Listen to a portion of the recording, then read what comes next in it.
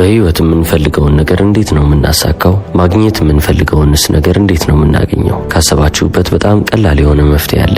ኢንቨርስ ትራንስፎርሜሽን ብዬ እጠራዋለሁ። አይምሯችን የሚሰራበት የራሱ የሆነ ስርዓት አለው። ስለዚህ የበለጠ ከማስረዳቴ በፊት መጽሐፍ ቅዱስ ላይም በግልጽ የተጻፈልን ነገር አለ። የጸለያችሁትን ነገር እንዳገኛችሁ አድርጋችሁ እመኑና ይሆንላችኋል የሚል ቃል አለ።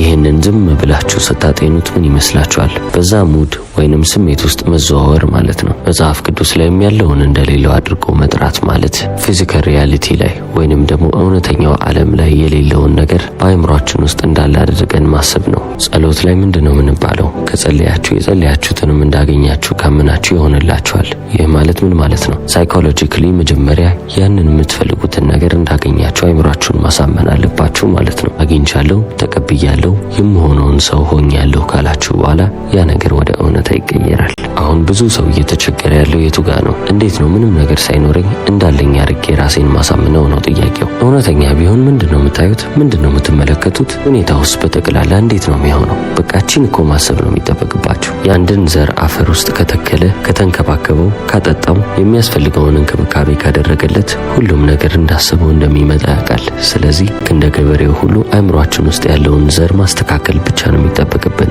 ዘሩን አይምሯችን ውስጥ እንተክላለን። እዚህ ነው መጥፎ ሐሳብም ስታስቡ ህይወታችሁ መጥፎ እየሆነ የሚሄደው። አይምሯችሁ ውስጥ ያለው ነገር እየተባዛ ነው እንጂ የሚሄደው እየቀነሰ አይመጣም። አሁን ላይ ዓለማችን ውስጥ እየተፈጠረ ያለው ነገር ለምንድን ነው የሚፈጠረው? እዚህች ዓለም ላይ ምስቅልቅል ያሉ ነገሮች የበዙት ለምንድን ነው? ለምንድን ነው በየቦታዎቹ ቀውስ ያለው? በሰዎች አስተሳሰብ ብቻ ነው እንጂ በተግባራቸው አይደለም። ምክንያቱም ተግባራቸው የሚጀምረው ከሐሳባቸው ነው። ስለዚህ አንድን ነገር ልታረጉ ስታስቡ ብዙ ሰዎች ያ ነገር አይቻልም ይቅርባችሁ ይሏቸዋል። ነገር ግን ምንም የማይቻል ነገር የለም ካልን ለምንድነው ነገሮች የማይሳኩልን? በውስጣችን ውስጥ ፈጣሪያችን ካስቀመጠልን ኃይል በላይ የሰዎችን ድምጽ ስለምናዳምጥ ነው ሁላችንም ወደ ታች እየወረድን ያለ ነው። ውስጣችንን ብናምን፣ ውስጣችን የሚለንን ብንከተል ኖሮ አይቻልም የተባሉትን ጠረፎች እንዳለ እያለፍን ወደ ላይ እንወጣለን። አንድ ቀላል ምሳሌ ልስጣችሁ። በኤሮዳይናሚክ ሳይንስ ውስጥ በምብልቢ የምትባለዋን ንብ በፍጹም ልትበር አትችልም ይላል። ምክንያቱም ክንፎቿ በጣም የቀለሉ ናቸው።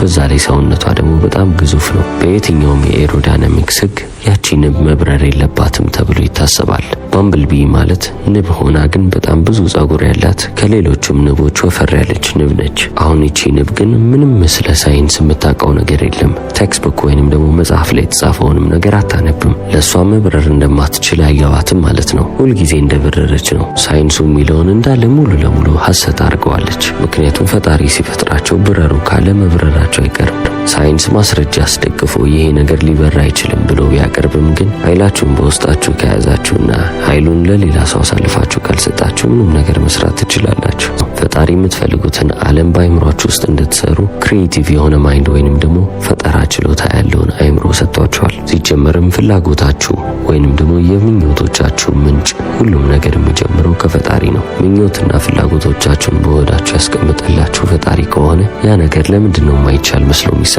ውጪ ያለው ድምጽ ሰው የሚናገረው ነገር እንዳለ ተቃራኒ ቢሆን እንኳን ወደ ውስጥ ስትመለከቱ አይ ካን ዱ ኢት ወይንም እሰራዋለሁ የሚል ድምጽ ይሰማል።